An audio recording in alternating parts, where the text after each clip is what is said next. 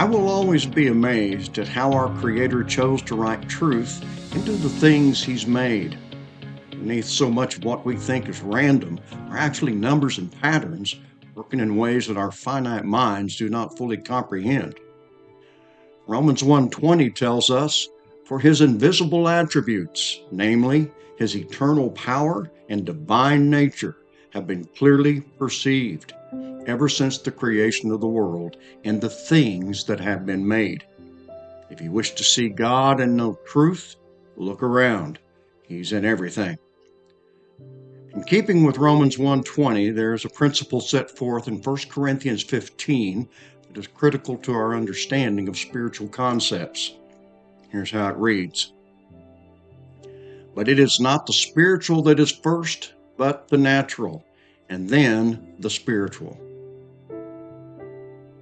It is not the spiritual that is first, but the natural, and then the spiritual. Naturally and scientifically speaking, the first 4 days of creation reveal gas, liquid, solid, and plasma in that order, the first day excluded, for when God said, "Let there be light," this was not the creation of plasma, for that was done on the 4th day, and the creation of the sun. When God said, "Let there be light" on the first day, He was simply manifesting Himself as the source of all things visible and invisible. For God is light, and in Him is no darkness at all. As we learned, light denotes His wisdom, out of which all of this proceeds. When I queried Gemini about the 4 elements, it returned the following classical concepts, starting with the earth or solid. Earth represents the tangible, stable, and foundational aspect of matter. It's solid, dense, and unyielding. Water, or liquid, represents fluidity, adaptability, and the ability to take the shape of a container. It's essential for life and flows. Air or gas represents lightness, expansion, and the invisible, pervasive nature of the atmosphere. It's associated with breath and movement. Finally, fire or plasma represents heat, light, energy, transformation, and often destruction. It's dynamic and active. I believe it's safe to say that these 4 classical concepts flirt strongly with the idea of a spiritual understanding that follows the natural, wouldn't you say? Now, let's come back to Nebuchadnezzar's dream. 4 metals, 7 body parts, and we mustn't forget the clay. Note how I've added the numbers 1 through 7. When I did this, I thought about the fact that we have 2 arms, thighs, legs, and feet, not to mention 10 toes. So I did a recount, adding this into the 7. This came to 11. Adding the 10 toes makes it 21. Here's a portion of the spiritual meaning of 11 from Stephen Jones. To write 11 in Hebrew, they wrote 2 Hebrew letters, Yod and Aleph. These signify the hand of one's strength. Man's works apart from God are imperfect and out of order, and so they come ultimately to disintegration. 11 is the number of imperfection, disorder, or being out of order. Jacob had only 11 sons remaining at home after Joseph was lost and presumed dead. This portrays a measure of disorder. Only when Joseph was found and reunited with his brethren was there the order of divine government, the number 12. Now here's a portion of the spiritual meaning of 21, again from Stephen Jones.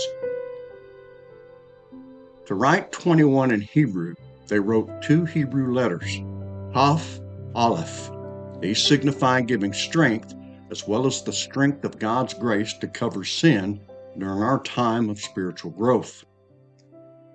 21 is used in terms of time, as in a 21-year period. It is the number of trouble or distress, during which time we are in need of God's strength, offered by an open hand. When it is used as a number in itself, it speaks of the end of the distress. Thus, it speaks of the blessing at the end. As we see, even when we add the other numbers into the equation, spiritual understanding arises regarding the inward aspects of our soul and spirit. What is even further amazing about Nebuchadnezzar's dream is this.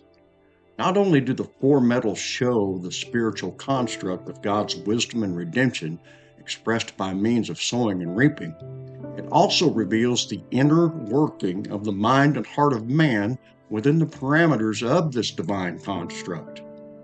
Not surprisingly, this inner working is first seen in the story of Adam, Eve, Cain, Abel, and Seth. What is our principle? First, that which is natural. With this in mind, note the surrounding context regarding this statement. So is it with the resurrection of the dead. What is sown is perishable. What is raised is imperishable. It is sown in dishonor.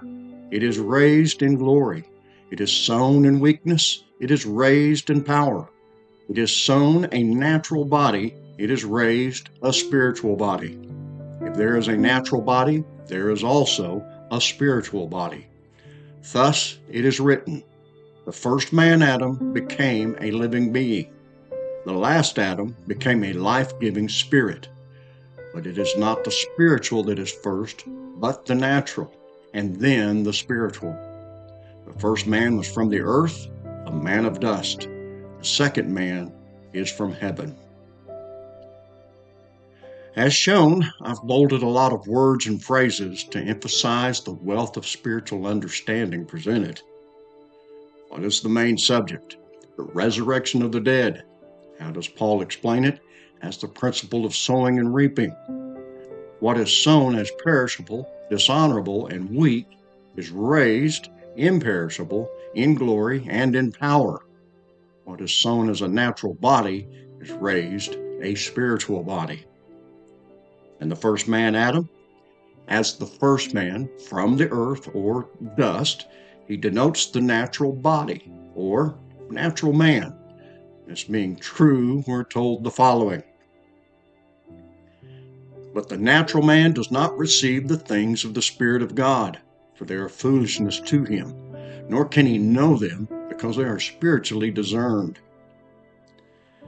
Tradition has long taught that the fall of Adam and Eve was unintended and unexpected, in a manner of speaking, taking God by surprise. But immediately two things come to light.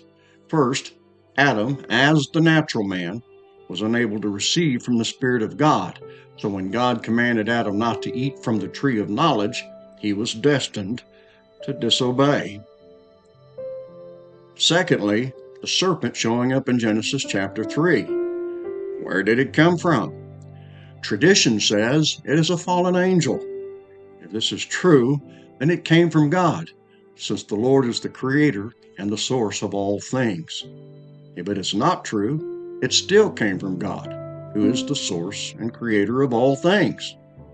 Either way, God was not taken by surprise, nor was the fall of man accidental. For the principle states that the natural must be first in order for the spiritual to follow. At this point, I will close this study, but in the next, we'll look further into the natural man and how it relates to Nebuchadnezzar's dream.